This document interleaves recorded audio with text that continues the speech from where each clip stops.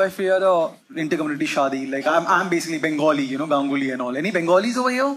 Yeah, nice. Wow, the tickets were expensive. Surprised. I'm allowed to say that. And my wife, she's Gujarati. Yeah. Any Gujaratis here by any chance?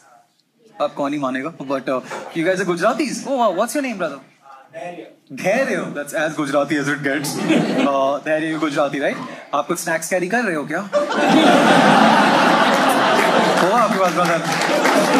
पक्का कुछ निकल आएगा यार. नहीं, Gujaratis always have snacks, always. And for some reason they call it snakes.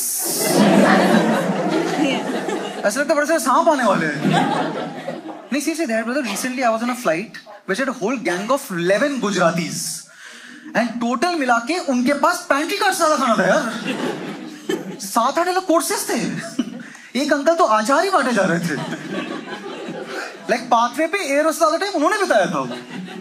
वो इतनी बार पीछे आए थे, मैं तो बोल भी लिया, अंकल बार-बार जरा थोड़ा पानी ले आओ ना. मैं कहा पानी नहीं, आमरस है मेरे पास. और फिर उतरने के बाद पता चला कि उन सबका फास्ट चल रहा था. फास्ट हाल है भाई. So we are an inter-community couple, and a lot of people ask us that is it challenging to be an inter-community couple? Is it challenging? And I say it's not for us because it depends on who's from what community.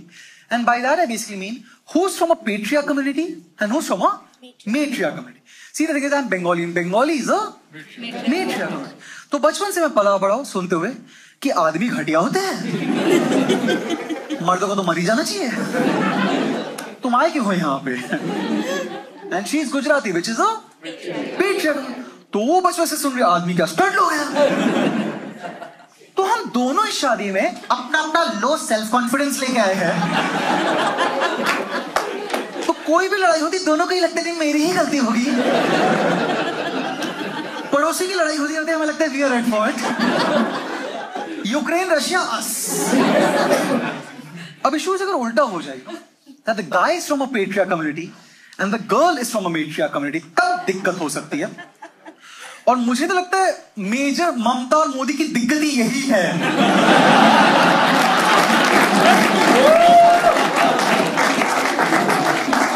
मतलब अगर मोदी जी की जगह कोई Gujarati female होती, वहां से एक थेपला नहीं भेज देती उससे. और ममता की जगह कोई बंगाली आदमी होता, उसी थेपला पे पोएम नहीं लग जाता बढ़िया से. And you know, it's interesting to be in an inter-community शादी because see, for all of us, हमें जो upbringing मिलती है, हमें जो parents lifestyle लेते हैं, हमें लगता है वही normal है, वही standard है. And then suddenly if you have an inter-community शादी, फिर पता चलता है भाई तो syllabus छोड़ो, course ही लग पढ़ाया जा रहा था यार. Like small things. For instance, imparting financial knowledge to your kids. You know, like Gujarati में भयंकर लेवल पे चल रहा है, बहुत ज्यादा, full on. बेटा देख, हमारे इतने लाखों की स्टॉक मार्केट इन्वेस्टमेंट है, इतने लाख हमने एफडी में लगा रखे हैं, और इतने लाख रियल एस्टेट में. एंड बच्चा से, बट पापा भी तो मैं बस 4 साल का हूँ. हाँ बेटा, थोड़ा लेट हो गया तेरे वक्त. तेरे भाई को तो 3 में ही सिखाने लग गए थे. बहुत ज्यादा. हर गुजराती का ना सपना चल रहा है कि अगला हर्षद मेहता हमारे घर से निकलेगा. स्कैम 2032 हम मारेंगे.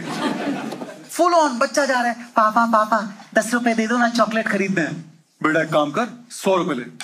वहां दुकान में ना 10 चॉकलेट सारे खरीद ले. और वहां कोने में बंगाली बच्चे दिखा तुझे, सबने चश्मा लगाया हुआ है, उनको 12-12 में बेच गया. इसे कहते हैं 20% मुनाफा. एंड बंगालीज में सीन ही नहीं है imparting financial knowledge to your kids. Impart कहां से करेंगे, साला खुद ही नहीं है. In Bengalis, imparting financial knowledge to your kids is telling your kids, बेटा हम बहुत ज्यादा गरीब हैं. पूरी जिंदगी में नहीं यही सुना है कि बेटा हम बहुत ज्यादा गरीब है. क्या बताएं कितने गरीब है बेटा. हमारा तो एम्बिशन ही था गरीब होने का, और उन्होंने अचीव कर लिया है. और पूरी जिंदगी सुनने के बाद कि हम गरीब है सुनने के बाद एक दिन अचानक से बंगाली पेरेंट्स दूसरा घर खरीदाते हैं. और तुम सोचो साला हम गरीब नहीं थे. इस हाइपोथेटिकल गरीबी के चक्कर में तुमने अपने इतने सपने मार दिए कि ब्रांडेड कपड़े क्या ही पहनो, हम तो गरीब हैं. स्कूल ट्रिप पे क्या ही जाना, हम तो गरीब हैं. अब वो जा जाके दिखा रहे बेटा देख के नए घर में फॉल सीलिंग लगा रहे। फॉल सीलिंग तो मेरे सपनों में डाल दिया था आपने। Small small thing, something as basic as chai. चाय हर कम्युनिटी में कितनी अलग से बन रही है पता ही नहीं लोगों को यार। देख शादी का ना पहली बार मैंने बोला कि चाय पीनी है, तो मैंने कहा चाय बना के ला। तो मैं गया किचन में, चाय बना के 5 मिनट आया। मेरी वाइफ ने चाय का एक सिप लिया, क्या मुंह चाय मोड़ा जेवू चाय, मोड़ा जेवू। एक तो रीजनल लैंग्वेज इंसल्ट्स का ना इंग्लिश बराबर ही कर ही नहीं सकता। मोड़ा जेवू चाय का मतलब है शक्ल जैसी चाय है।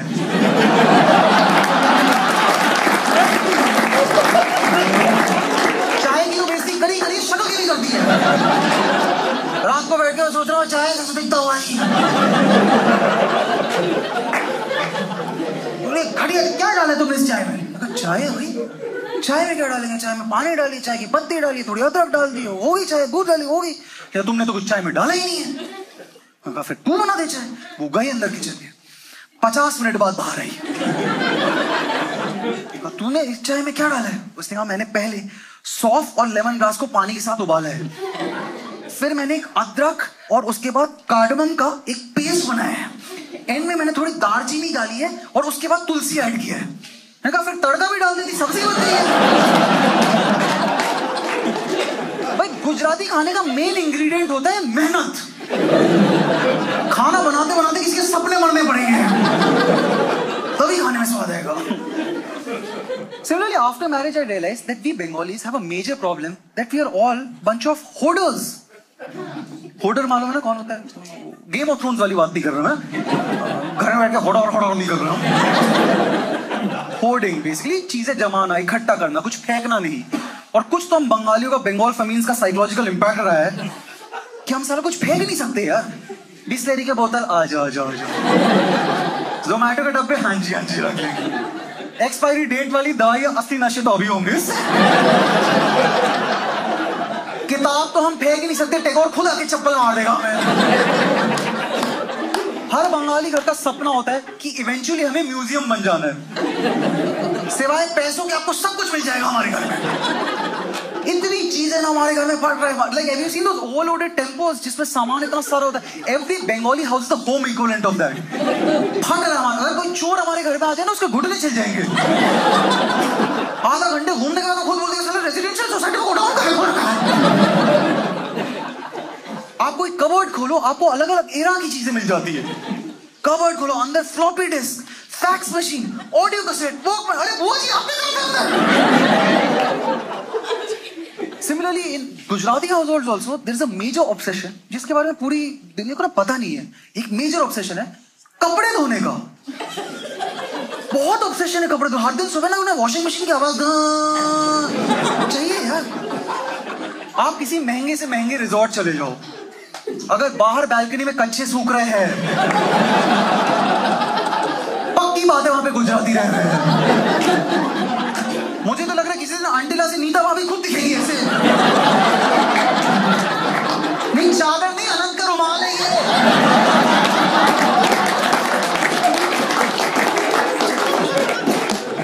Like every time me and my wife we have a trip planned, my wife looks forward to coming back from the trip rather than going to the trip. कि सारे कपड़े धुलने में जाएंगे। और अगर मेरी मदर इन लॉ घर आ गई फिर तो नंगा नाच होता भाई कपड़े धोने का। धो सब धो दो, कुशन कवर कर्टन सब। कपड़े धुलते सूखने जाते उसके बीच में अगर मैंने छू दिया फिर से धुलेंगे। इसने अपने नॉन वेज हाथों से छू कैसे दिए? और मेरी मदर इन लॉ तो कपड़े धुलते हुए ना वॉशिंग मशीन में घुटते रहती है यार। उन्हें कपड़े का भी गड़बड़ देखना है यार।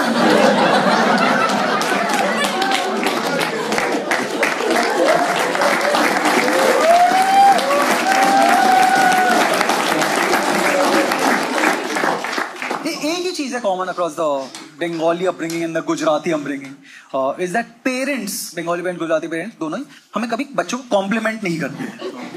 कभी सीन ही नहीं है कॉम्प्लीमेंट का, क्योंकि इनके दिमाग में कि अगर कॉम्प्लीमेंट कर दिया तो एक कॉम्प्लेसेंट हो जाएगा।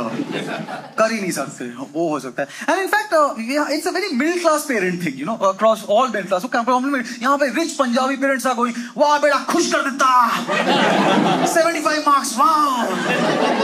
हम 98 में भी तुमने तो खानदान का नाम डुबो दिया। बाहर ले लेके चल रहे भाई, खानदान का ही नाम डुबो दिया हमने। और ऐसा नहीं कि पेरेंट्स को कॉम्प्लीमेंट करना नहीं आता, बच्चों को करना आता है, दूसरे के बच्चों को। शर्मा जी का बेटा, वाओ।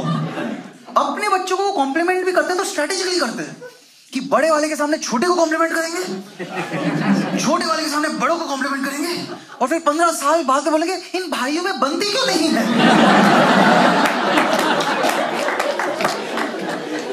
अगर दोनों साथ में होंगे ना, दोनों बड़ा छोटा दोनों साथ में, तभी ना बुआ के बेटे को कॉम्प्लीमेंट कर देंगे। बुआ के बेटे को पता ही नहीं वो कमरे में घुसा, उसे किसी नजरों से क्यों देख रहे हैं। And it's because of this non-complimenting nature that we all are a generation of people who are just awkward around compliments. हमें कॉम्प्लीमेंट लेना ही नहीं आता, हम ऑकवर्ड हो जाते हैं। कोई कॉम्प्लीमेंट ही क्या बोल दे भाई तुझे, क्या करना भाई इस चीज का। अगर हमें कोई कॉम्प्लीमेंट दे दे, we start giving reasons why we don't deserve the compliment. कोई बोल दे भाई तू बहुत फिट लग रहा है, नहीं ये तो शर्ट ऐसी है, लाइटिंग की वजह से लग रहा हो भाई। हम कॉम्प्लीमेंट को भार की तरह ट्रीट करते हैं कि जल्दी से दे देना है। अगर कोई बोले तू अच्छा दिख, भाई तू भी अच्छा दिख रहा है भाई, बहुत अच्छा दिख रहा है भाई, जल्दी से मुंह पे थूक दे।